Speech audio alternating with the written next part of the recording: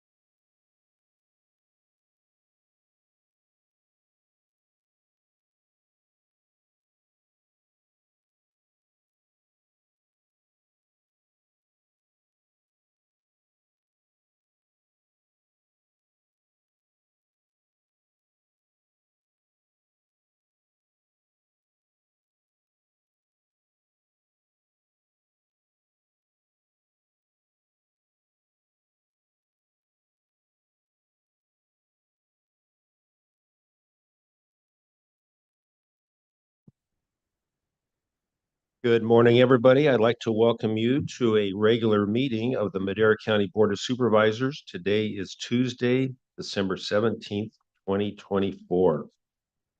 Council, are there any reportable items at closed session? Chairman, there are no reportable actions from your closed session. Thank you very much. We will now open and close the meeting in memory of. Are there any individuals that one of my colleagues would like to remember this time? Supervisor. Yes.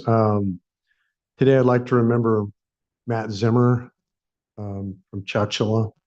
Matt was a Rotarian most of his life. He was the owner and operator of Farnesi's restaurant there in Chowchilla. Did a lot of catering, always sponsoring the sportsmen's and different programs in town, and especially youth, involved really heavily with youth. Matt was a very close friend of mine. I actually took his place on city council when he retired from it. and I ran that year that he retired and won that seat, and then served as mayor. Matt served as mayor and vice mayor and council member for many years. Just a really great friend and a good member of the community. His funeral and remembrance memorial will be this the 20th. His family are such dear friends, and it's hard to know what to say to anybody about a guy you really had a lot of love and respect for. I'll never forget him. Oh, there, no, Matt.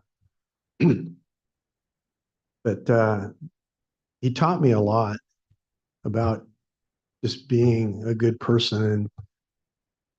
And when he would say thank you, it wasn't just thank you, it was thank you so much. I remember him always adding that on to the end of every thank you. Thank you so much. And it just stuck with me. And I started doing that because I felt like that really expresses your heart. And he was great at that. So he and I did a lot of Rotarian projects together, the fairgrounds and different places. And his heart was for people and community. Gonna miss him dearly and think of Annette and the family today. Thank you. Very good. I'd just like to remember Bill Purcell passed away a few days ago at age 96. The father of John Purcell, pastor of Believers Church, and many others involved in the ministry. And he would attend our meetings quite a bit. And a great gentleman and character. And I know that Supervisor Wheeler really enjoyed Bill a lot as well. So just want to remember the Purcell family and what a great life, age 96, not bad. So anybody like to remember at this time? Yes, Mr. Chairman, I would like to open and close in memory of Diana Marcela Garcon. She's 30 years old, who passed away unexpectedly 2 nights ago. She's a resident of Rolling Hills. And, she has her family that is nearby, and it's a very tough and difficult time for them. But she recently moved here from Colombia a couple years ago, and my family has gotten to know their family as well, and very sad situation. And so my thoughts are with their family. Thank you. Anybody else? If not, we will move on to the invocation and pledge of allegiance. And we have Pastor Fred Thurman from New Life Assembly of Madera who will deliver the invocation. He's done that this month. Thank you very much. Everybody stand. Thank you. Heavenly Father, we come to you this morning and thank you so much for the grace and peace that you give us in our lives, the comfort of the Holy Spirit. We ask comfort to those that have lost their loved ones this here recently and those that were mentioned today. And we thank you, Father God, for great memories and Lord, that blessing in those families. We pray today over this meeting and thank you, Father. We know that you are concerned and involved in all the affairs of our county. And we bless you today as we ask for insight. As your word says, if we lack insight, if we need insight, wisdom, all we got to do is ask and you'll give it to us and won't hold anything back. And so today, Lord, bring insight to the supervisors, Lord, in their decision making for our county. We ask for blessing. We ask God to prosper our county and to bless our communities. And we just thank you now, Lord, for all the great things that you do in our lives. In Jesus' name, amen.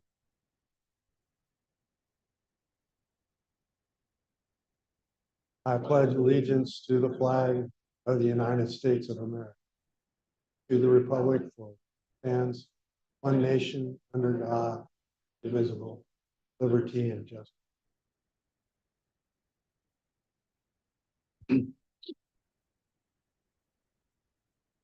Thank you. We'll move on to public comment. The first 15 minutes of each regular session are set aside for members of the public to address the board on any matter under the jurisdiction of the board. but not appearing on the agenda. The board will not take action on any items presented under public comment.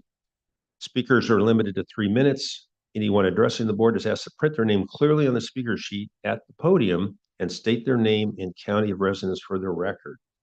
Are there any individuals who have a public comment today? Is there anybody online?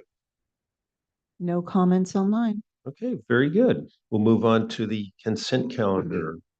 Are there any items on the consent calendar that one of my colleagues would like to have pulled for further consideration? Very good. Are there any members of the public that have a comment on a consent calendar item? Hearing and seeing none, I'll Move to bring the item approve. back for action. Move to approve. Second. We have a motion and a second. Roll call vote, please. Supervisor Gonzalez? Yes. Supervisor Wamhaugh? Yes. Supervisor Rogers? Yes. Chairman Poitras? Yes, Supervisor McCauley is absent. Vote passes 4-0. very good. Thank you very much. We'll move on to our discussion items. We had mentioned earlier about pulling 6A for further consideration. So we'll move on to item 6B. Community and Economic Development Planning Division, discussion and consideration to adopt a resolution and continue the road impact fee program freeze from January 1st, 2025 to December 31st, 2026 for parcels not created by the final subdivision map, by a final subdivision map. Good morning, Mr. Chairman, members of the board. Jamie Bax with Community and Economic Development. We had a very similar item this time of year last year, continuing the 2023 fees for those lots not created by a final map. So that means not the master plan communities, not any of the subdivisions throughout the county. So we did receive this past year about 30 single-family dwellings as opposed to the hundreds in the master plan communities. So not a big impact there, but our request is to continue that fee through the year of 2025 to stall those fees at the 2023 fee. The rest of the fees will go to the 100% 2025 fees as proposed previously. Happy to answer any questions you might have. Very good, thank you. Are there any questions regarding this item?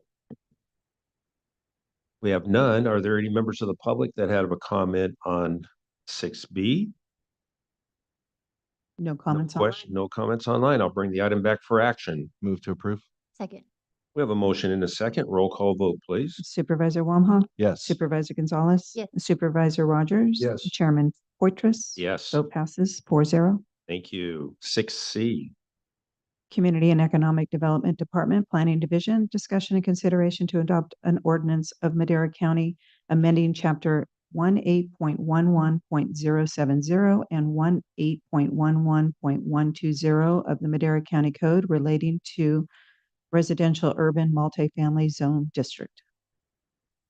Thank you again, Mr. Chairman. Jamie Bax with Community and Economic Development. Before you is a proposal to amend the zoning ordinance. In the past, there was a little bit of confusion on how that specific code was mentioned.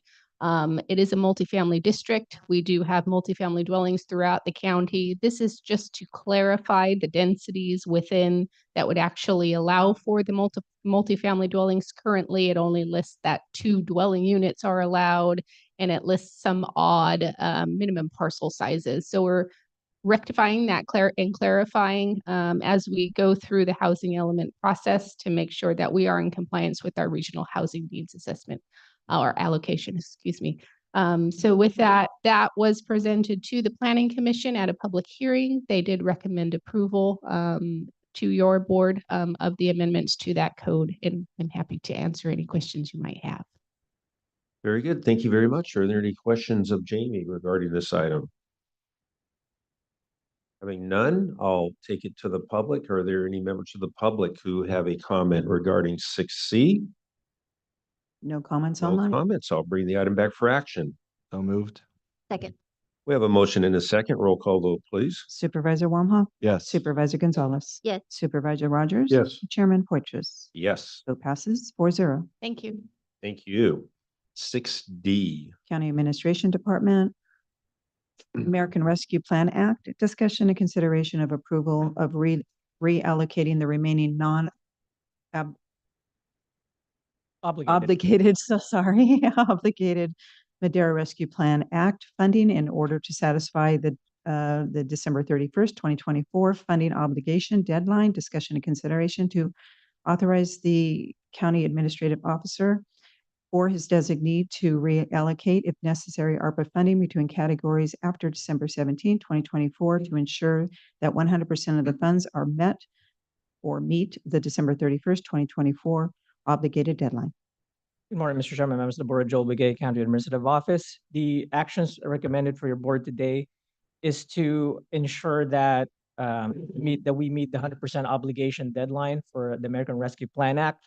The staff recommendations are to reallocate $807,389.84 from 4 categories. One, essential preservation of essential services, which is a $300,000 earmark for offsetting general fund shortfalls. 100,000 that was remaining in the disadvantaged communities funding.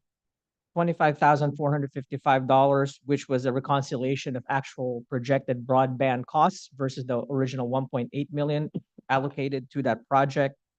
And the remaining $381,934.84 in the homelessness, various projects to address homelessness. And these 3 categories, these remaining funds, we will not be able to meet the obligation deadline, and obligation meaning established contracts.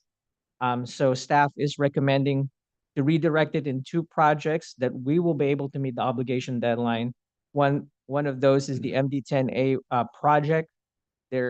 Because the obligated construction contract there far exceeds the funds that were allocated for ARPA to begin with, we can easily meet that obligation by allocating more funds and thereby saving any kind of loans that would otherwise be necessary to complete that project.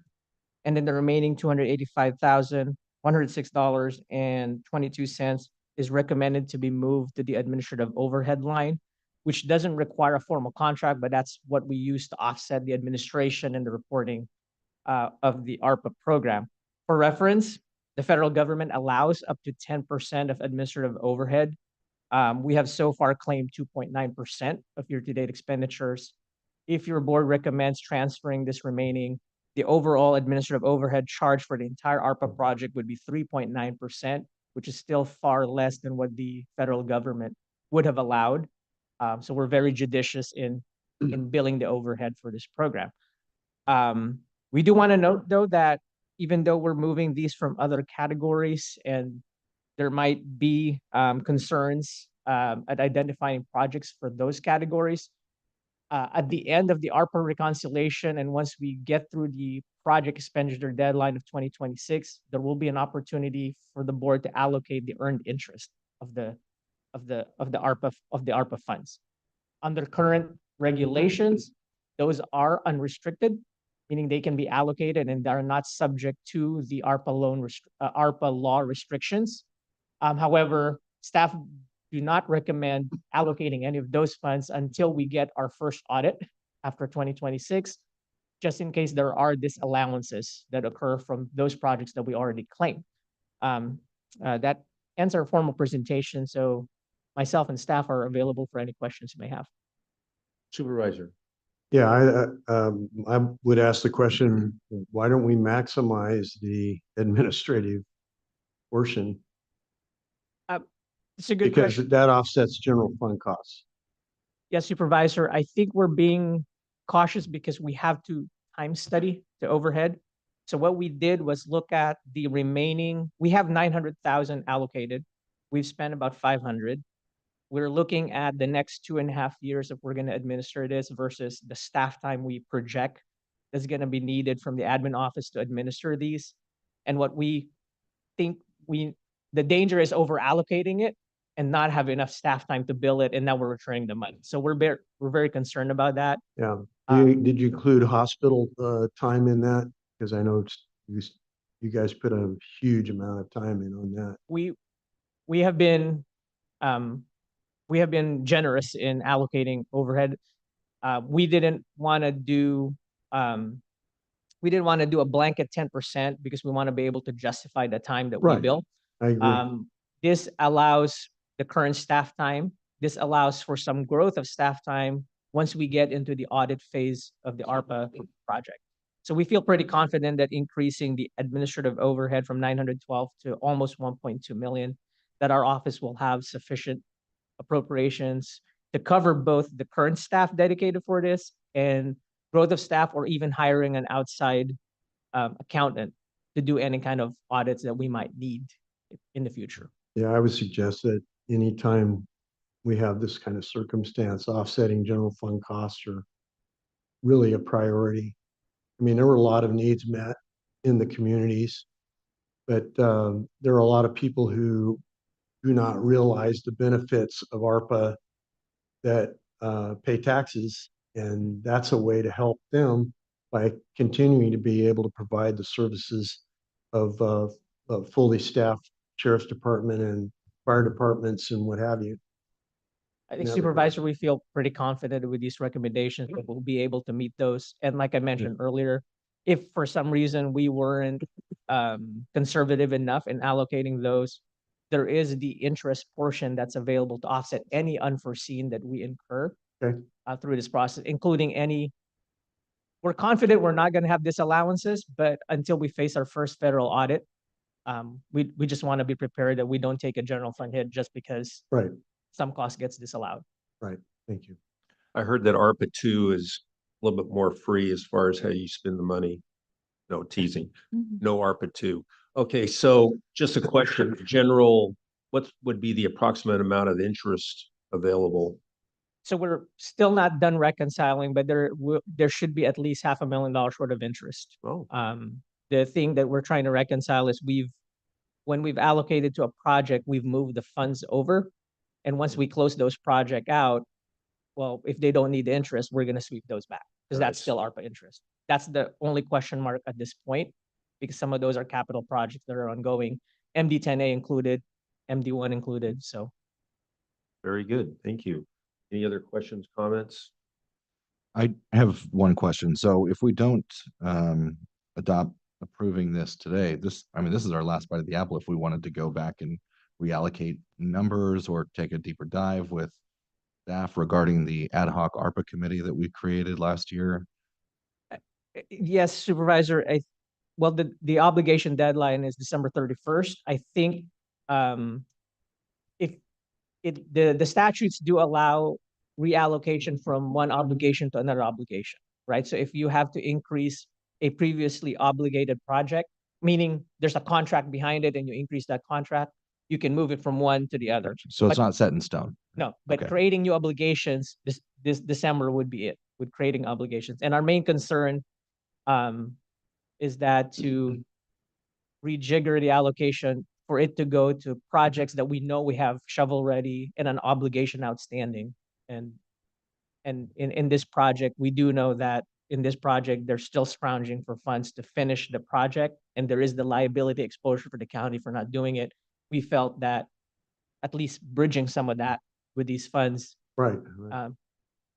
made Yeah, sense. I have no problem with that. When I ask those questions, I'm simply, I see the shortfall. Sure. And every way I can get to stem that shortfall is going to be my reach.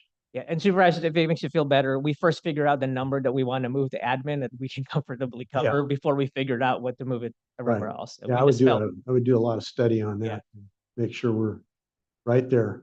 Okay, very good. Any other comments, questions? If not, any members of the public have any comments or questions? No comments online. Very good. I'll bring the item back for action.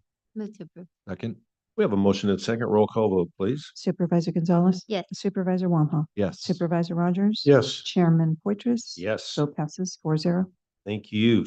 6E. Human Resources Department, Behavioral Health Services Department, discussion and consideration to adopt a resolution appointing Arthur Galindo, as Madera County's Acting Director of Behavioral Health Services, and also providing supplemental pay for performance and supplemental duties. Good morning, Chairman, members of the board. Sabrina Mendez, Department of Human Resources. As you're aware, the position of Behavioral Health Services Director has been vacant since late September. To maintain business operations, the department requires an individual who is responsible for overseeing the administrative functions which includes the authority to sign on behalf of the county and the Board of Supervisors. The item before you is a request to adopt a resolution appointing Arthur Galindo as Acting Director of Behavioral Health Services and providing him with 10% supplemental pay effective September 27th. Very good. Thank you. Are there any comments or questions from my colleagues? Seeing and hearing none, anybody from the public? No None comments. online. I'll bring the item back for action. Move to approve. Second. We have a motion and a second. Roll call vote, please. Supervisor Gonzalez, Yes. Supervisor Walha, Yes. Supervisor Rogers. Yes. Chairman Poitras. Yes, Vote passes 4-0. very good. Thank you. And 6F.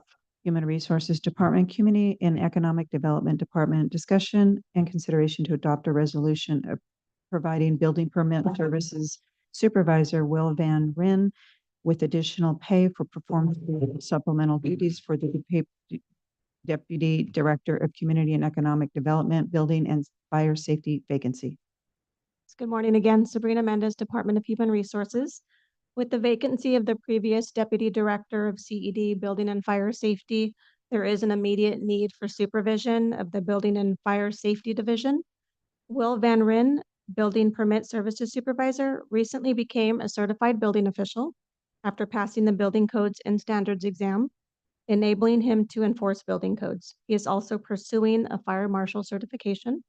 And the item before you is a request to adopt a resolution providing Will Van Ryn with 5% supplemental pay for the performance of his supplemental duties until the Deputy Director position is filled, and this would be effective December 1st.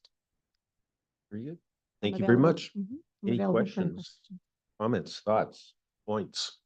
I'll open it up to the public. Any comments from the public? No comments. I'll bring the item back for action. Move to approve. Second. We have a motion in a second. Roll call vote, please. Supervisor Rogers, Yes. Supervisor Gonzalez, Yes. Supervisor Walha, Yes. Chairman Poitras. Yes, Vote passes 4-0.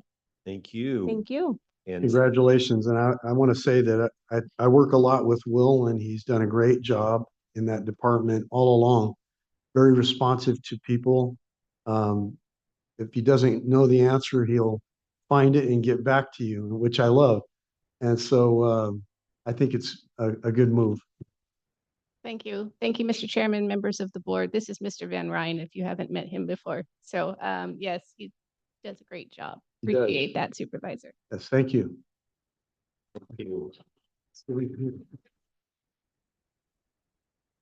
very good. Item 6G. Human Resources Department, discussion and consideration to adopt a resolution appointing Brian Cochran as a retired annuitant to the position of Administrative Analyst 2 for the Public Health Department, waiving the 180-day wait period for the date of retirement and marking findings in support thereof.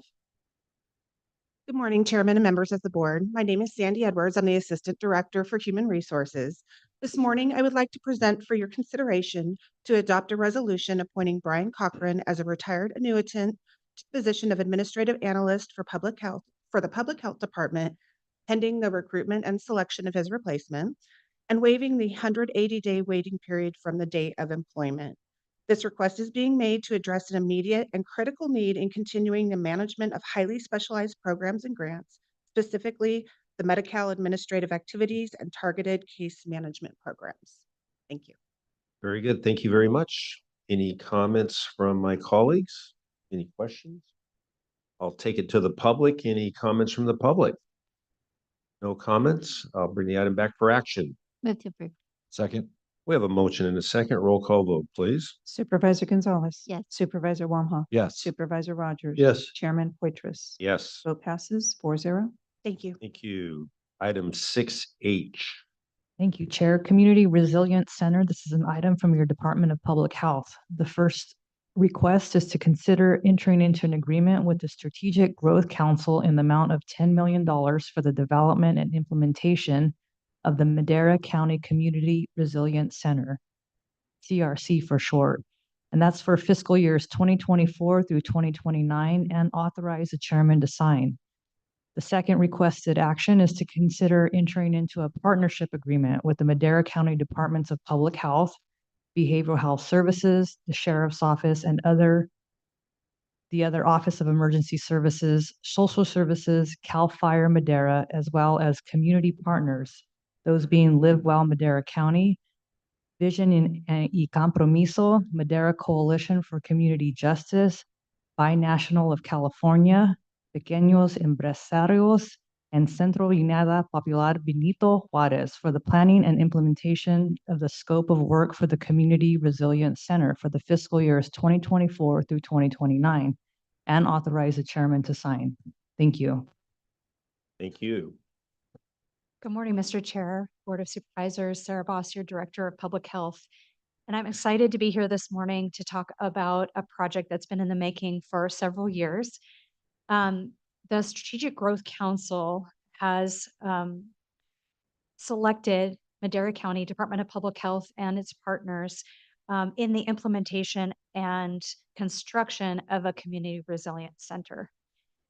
The plan is to accept this $10 million award and partner it with other funding from the Department of Public Health and the Department of Behavioral Health to be able to build a center that's aimed at climate and community resilience.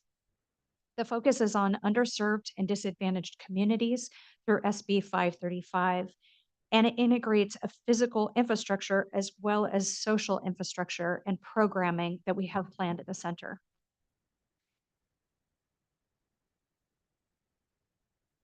I apologize that the font didn't completely align, so the slide is a little wonky, but what does this grant ultimately do for Madera County and our community members? It addresses gaps in emergency preparedness and public health resources. So this center would serve as the first 24-hour emergency shelter in Madera County and would include important aspects of that, shower facilities, the ability to have people sleep overnight, a full commercial kitchen that would help us to be able to provide meals to those in the shelter as well as first responders. It creates a year-round community hub for community support and services. So those same resources would be used throughout the year to be able to offer lots of different public health and behavioral health upstream preventative types of programming. So mental health support groups, nutrition and physical activity education, as well as workforce development that is focused on environmental resilience. And we would advance sustainability of energy efficient and climate resilience infrastructure. So the infrastructure itself would be able to highlight some of the best practices, as well as a community garden to demonstrate how drought tolerant fruit and vegetable gardening can be accomplished here in our local community. And we're wanting to strengthen partnerships across local organizations, as well as the many different departments that were named in the partnership agreement that you heard read out. What's really important to understand is in this area of town, while there are school locations for the community to be able to gather, there aren't any really great gathering spaces. And we have a lot of community-based organizations that struggle to be able to find locations to do trainings and services for residents.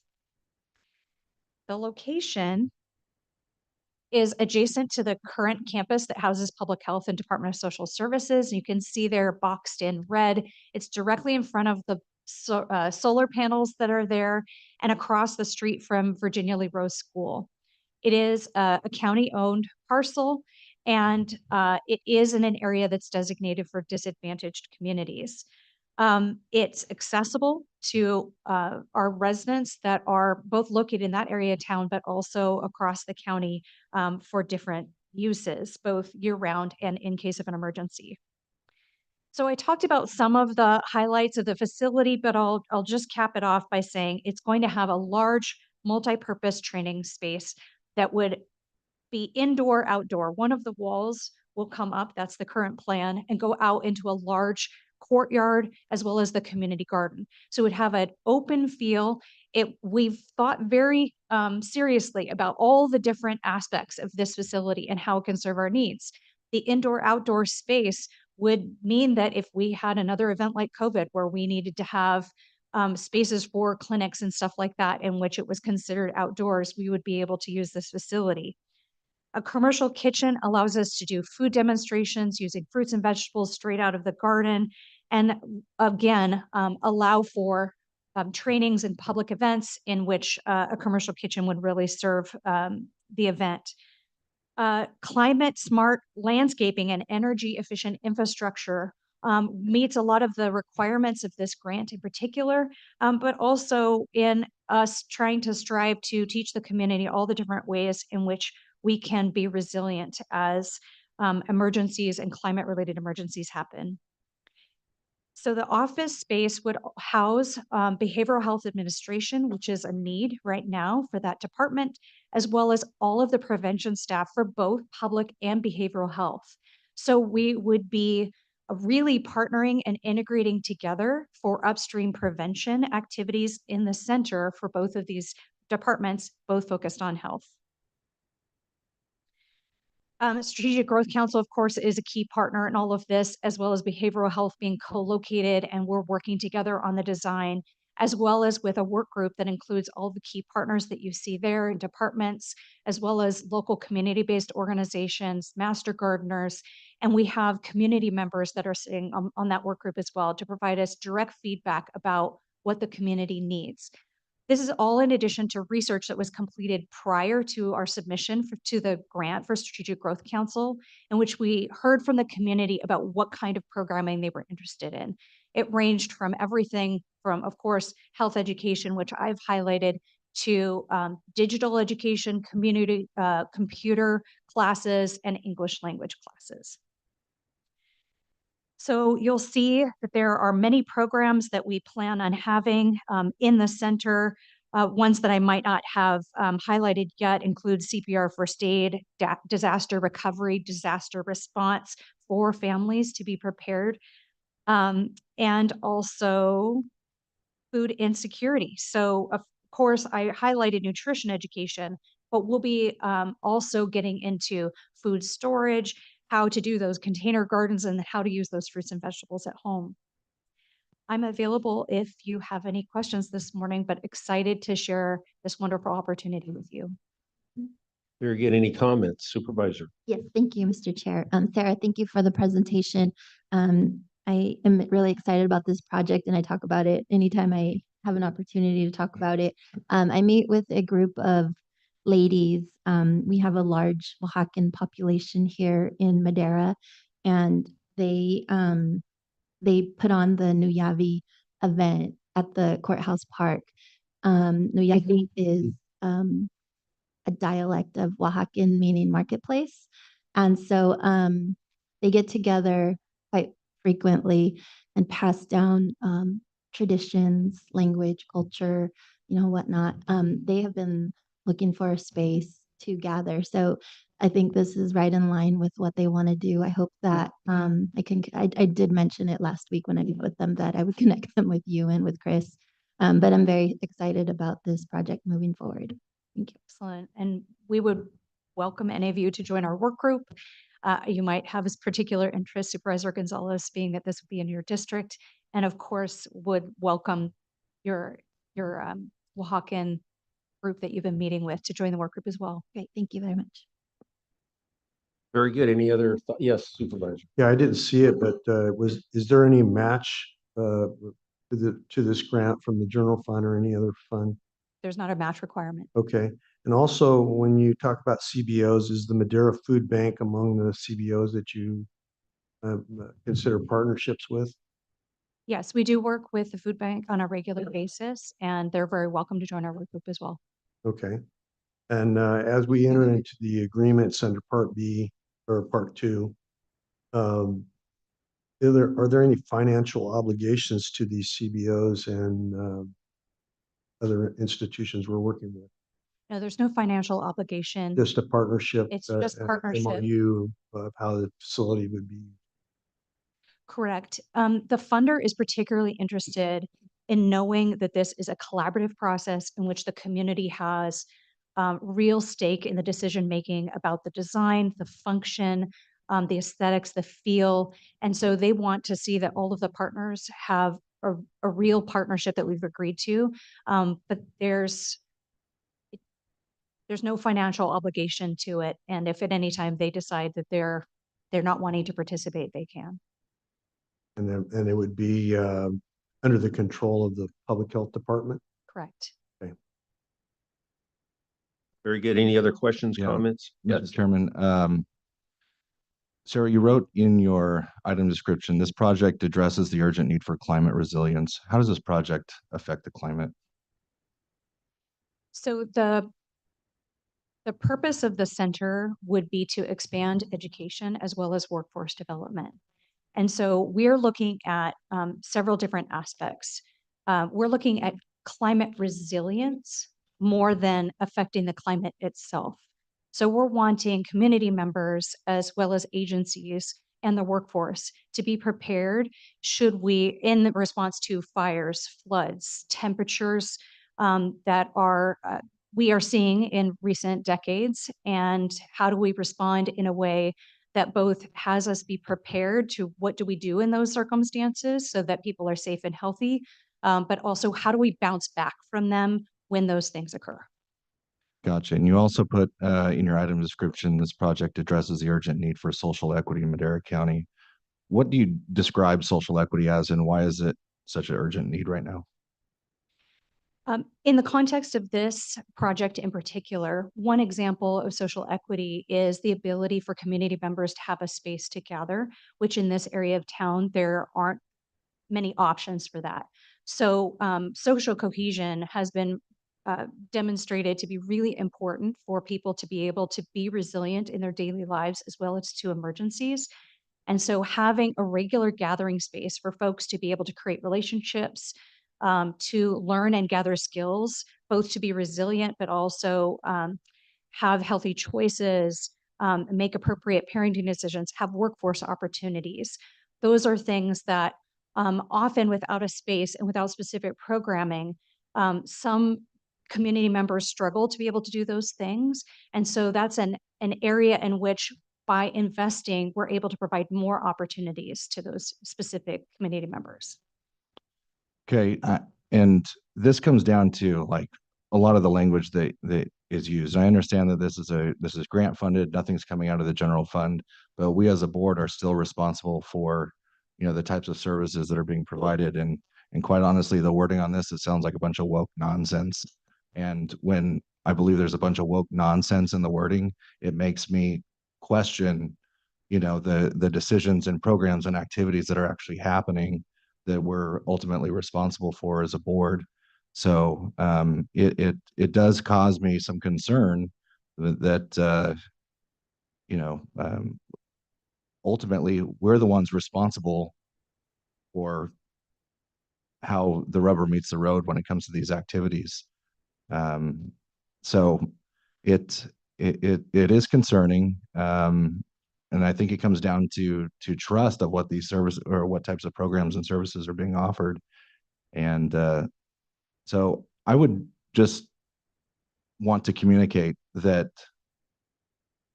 you know, when you add these types of things in your item description, it causes me concern because, you know, there is a woke virus that is out there. And it seems like in your verbiage, you perpetuate these types of notions.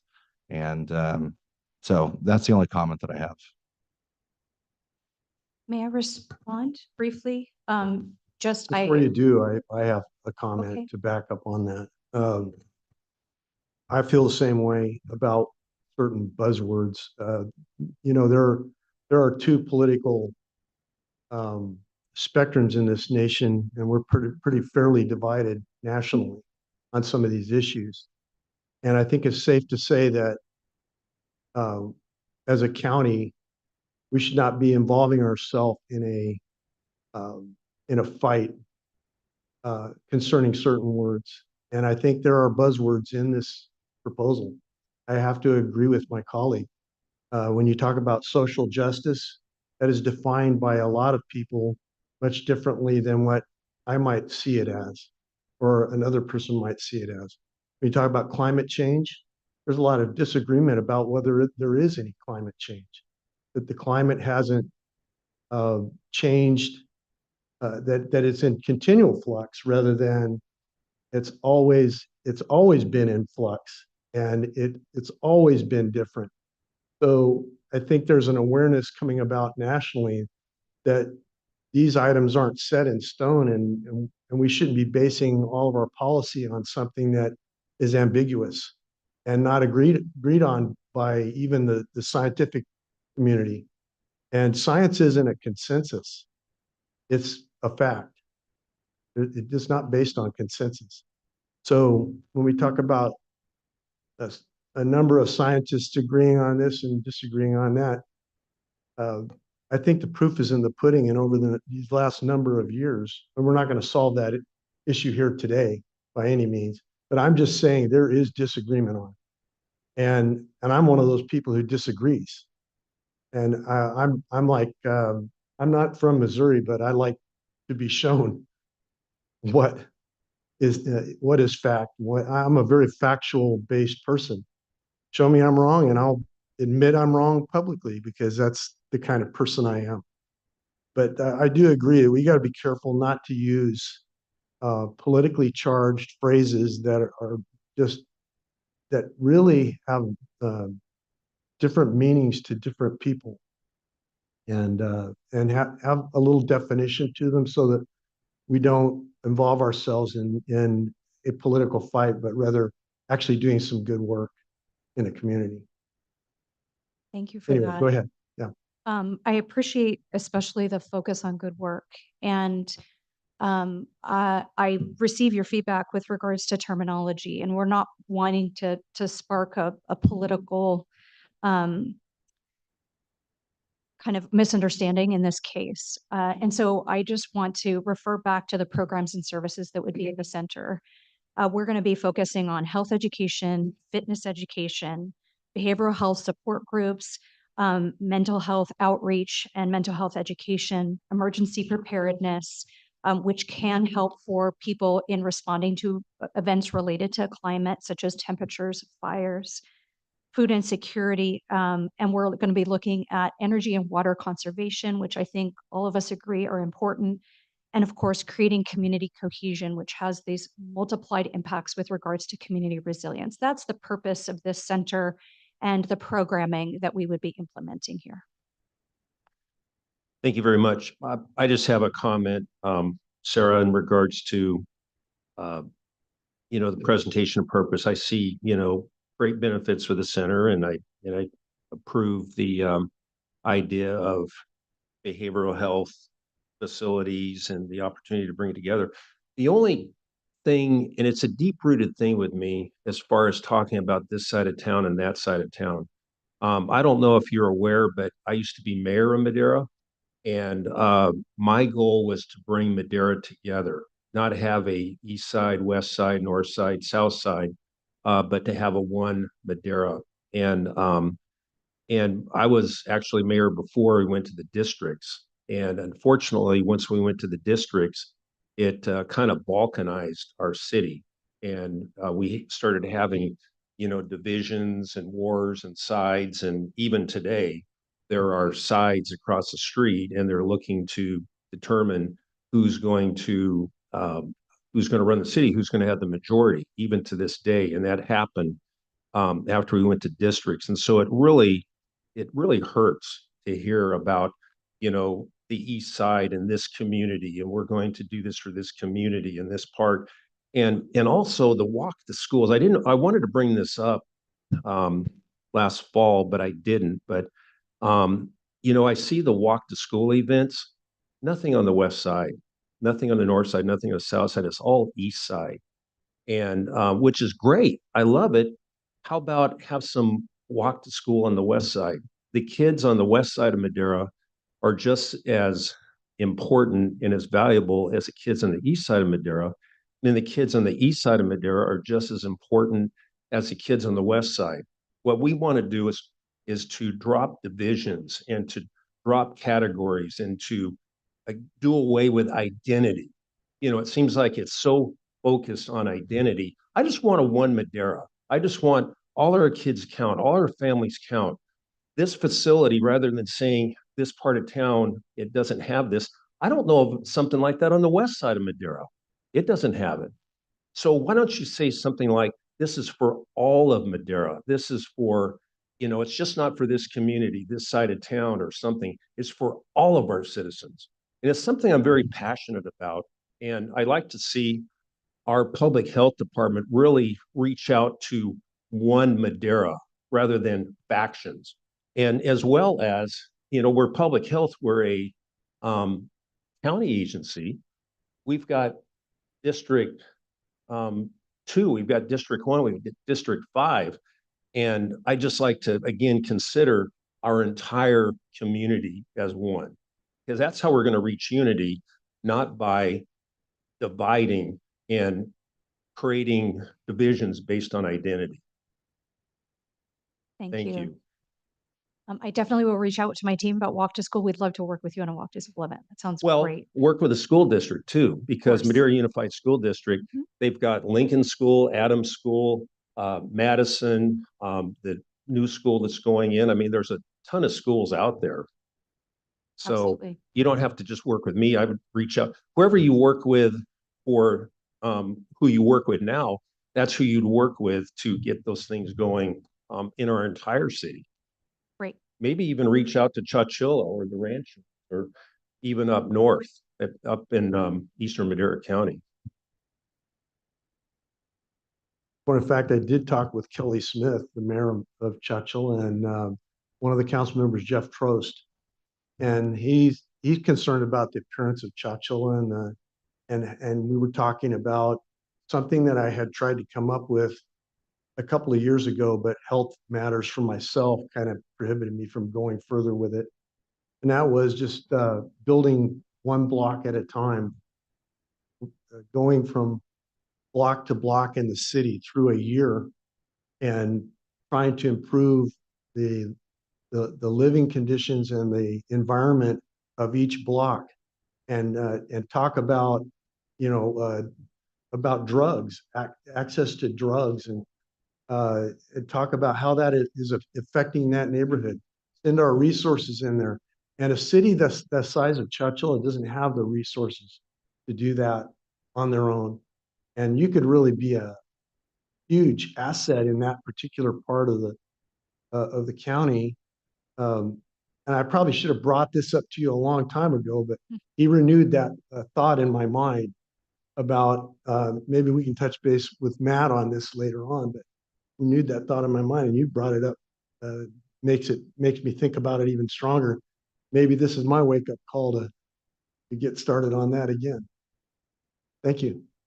Yeah, Mr. Chairman, Yes, sir. you talk about one Madera. Well, I think she's proven that she's committed to social equity, which means that you focus on things that aren't the entire county. You focus on the east side of Madera, you focus on Lavina, you focus on Fairmead, you focus on all these things. And, I think that is a problem. And, even when we talked about water well testing 18 months ago, you talked about social equity when it came to, who gets, how the fee would be reduced or eliminated depending on, types of neighborhoods, however affluent or not they are. And, I just see this as a problem. And I think it permeates from your writing. It kind of permeates from how you speak about these projects. And ultimately, and I said this again, us up here are responsible for the programs and services that actually get administered in this county. And so I have some concerns, and yes, this PowerPoint, it was a nice rough overview. This is a $10 million project, a lot of programs and services embedded into it. And, I would like a detailed walkthrough as far as what these programs actually are and how they affect, because can you tell me about the Madera Coalition for Community Justice? What do you know about them? Because this is considering entering into a partnership with them.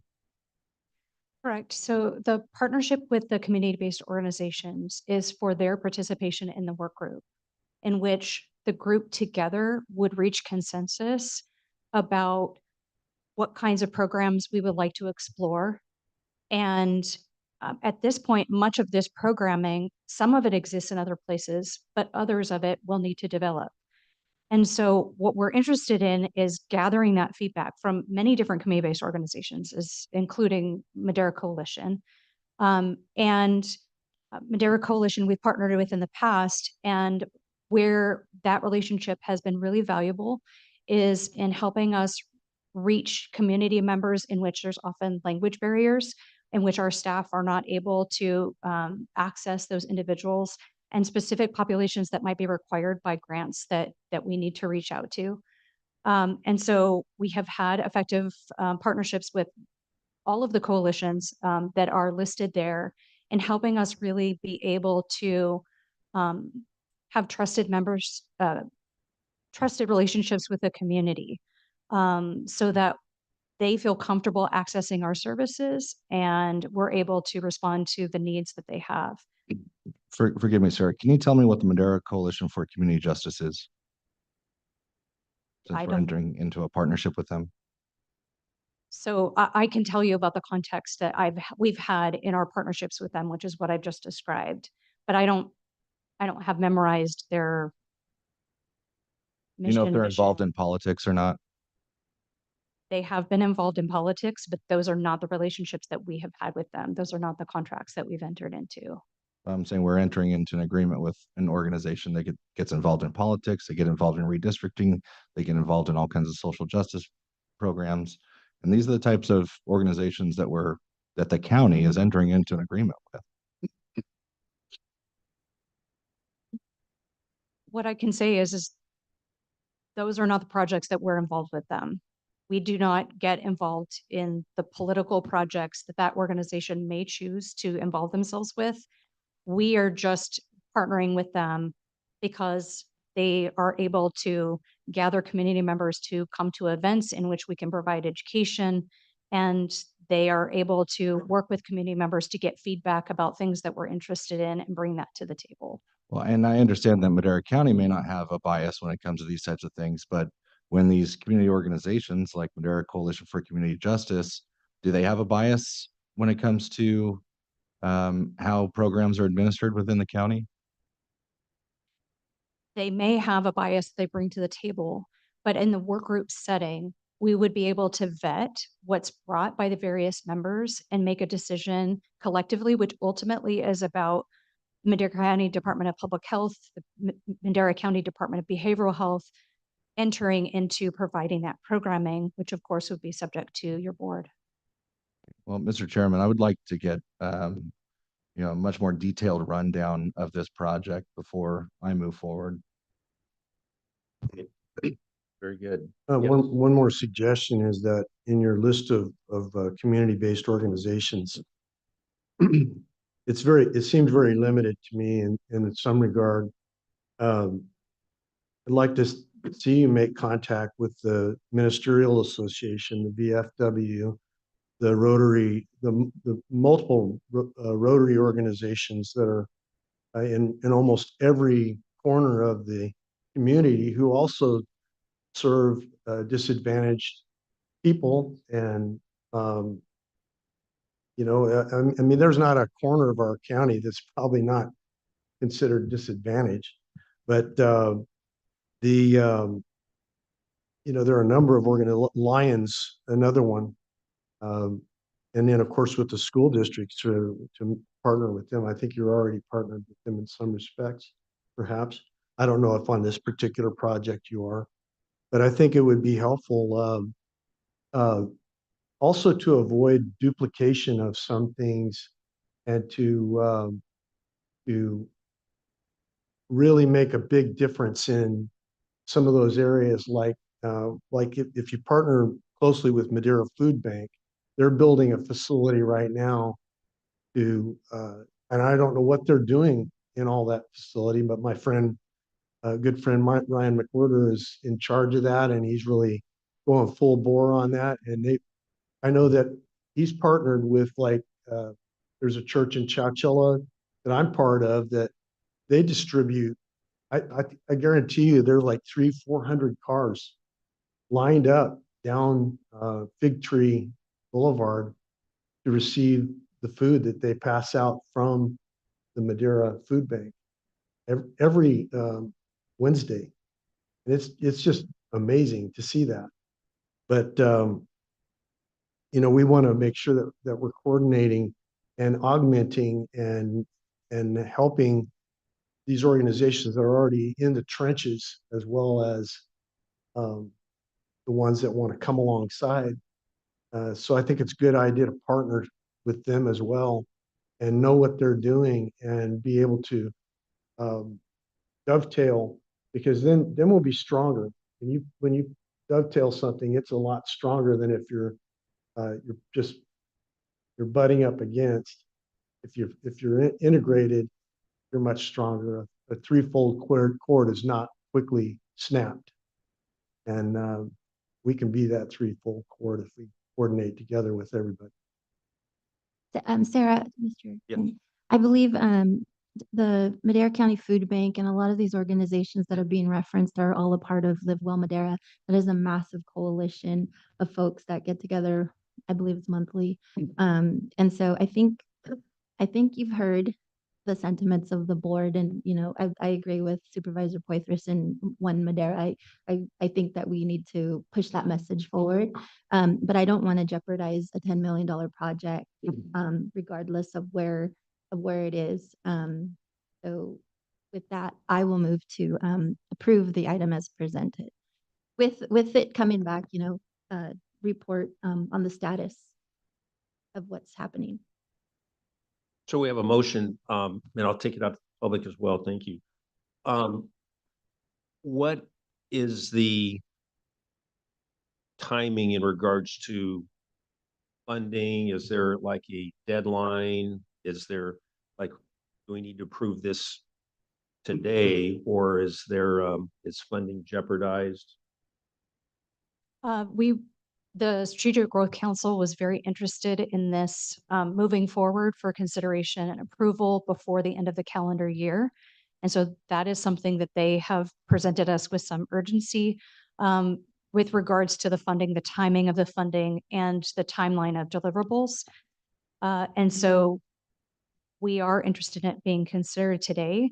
I will say, yes, Live Well Madera County Coalition, it includes many, many of the agencies that you spoke of. The partnership agreement was a requirement of the funder. They wanted to see that we had partnership, but it is not a limiting document. Does not mean that those are the only partners that we're working with. The work group is open. Yes, and we fully would welcome and pursue all of the different relationships that you have put forward and want to be inclusive in this project in terms of people at the table, including all of yourselves, and especially in the development of programming.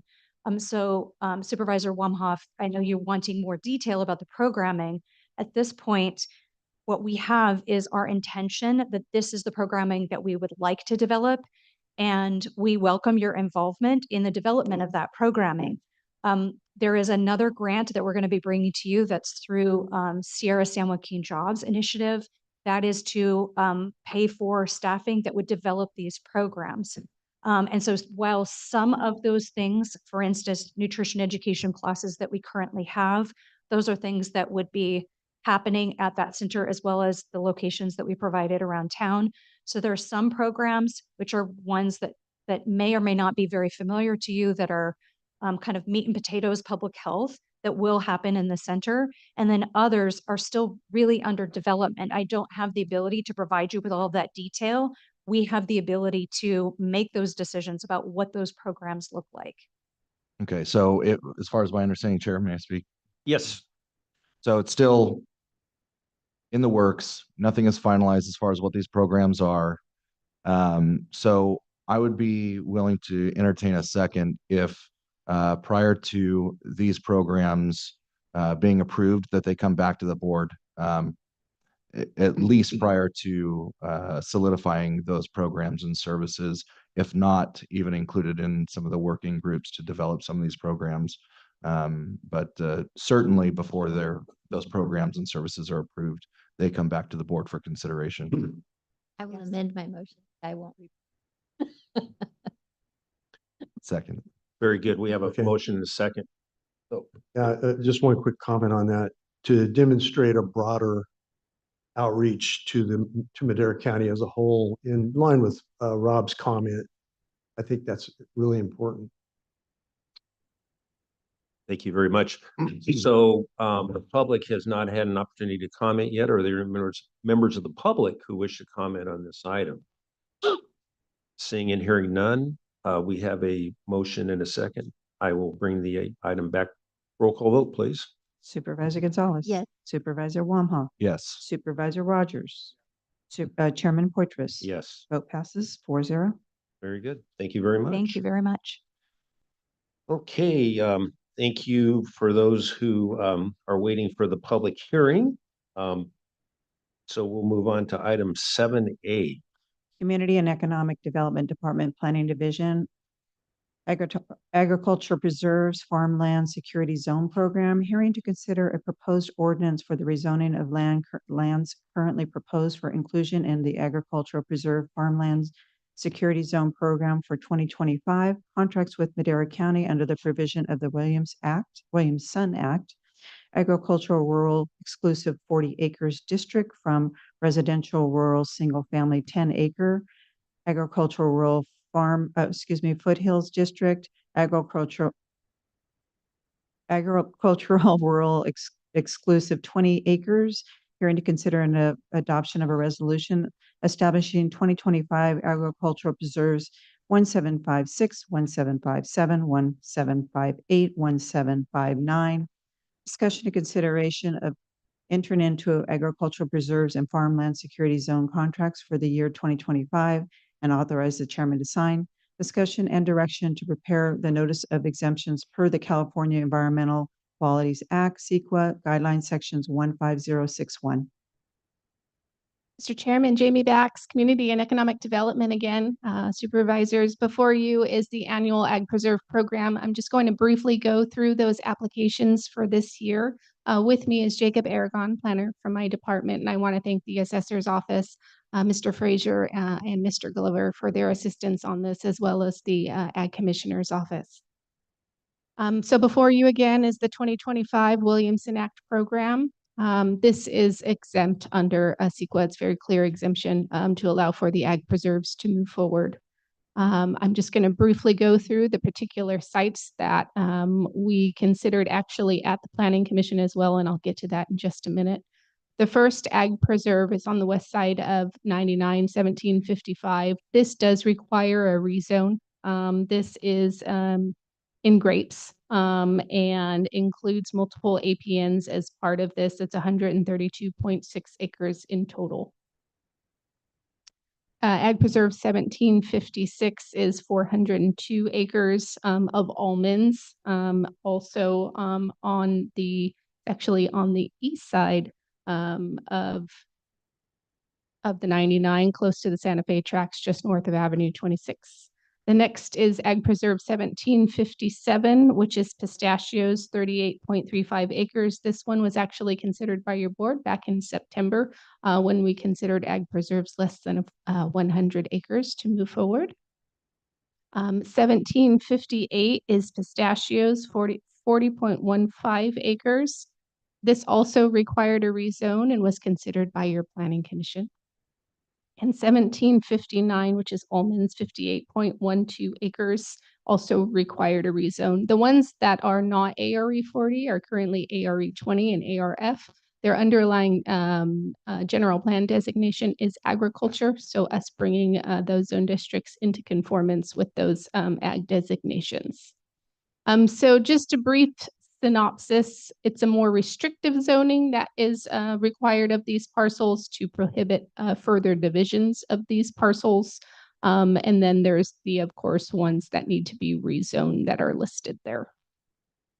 So the Planning Commission did consider the rezones in November and voted 4-0 in favor of the rezones to move forward before your board. And we're happy to answer any questions you might have about the program.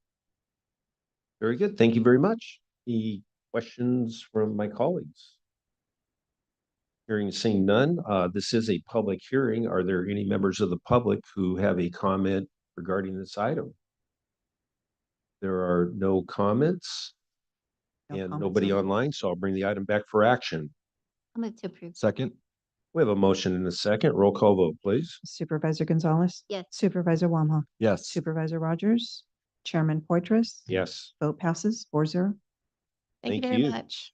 All right, thank you. Great report. And any inflation? I don't believe so. There is none. Very good. And supervisor and staff reports, and I'll. Oh, yes. Okay, we're good. Yeah. Okay, all right, thank you. Let's start to my far right. Supervisor Womoff, Nothing to report. Supervisor Gonzalez, Nothing to report. Thank you. Supervisor Rogers. Okay, and then Mr. Varney. Nothing to report at this time. I am going to Sacramento for meeting on. So I won't be around most of the day. The meetings in the afternoon. Good, and council. No report, Chair. Thank you. Nothing And to report. Thank you. nothing to report. Very good. Thank you very much, everybody, and Merry Christmas. The next time we have a meeting will be next year. So have a great holiday, and we'll see you all around.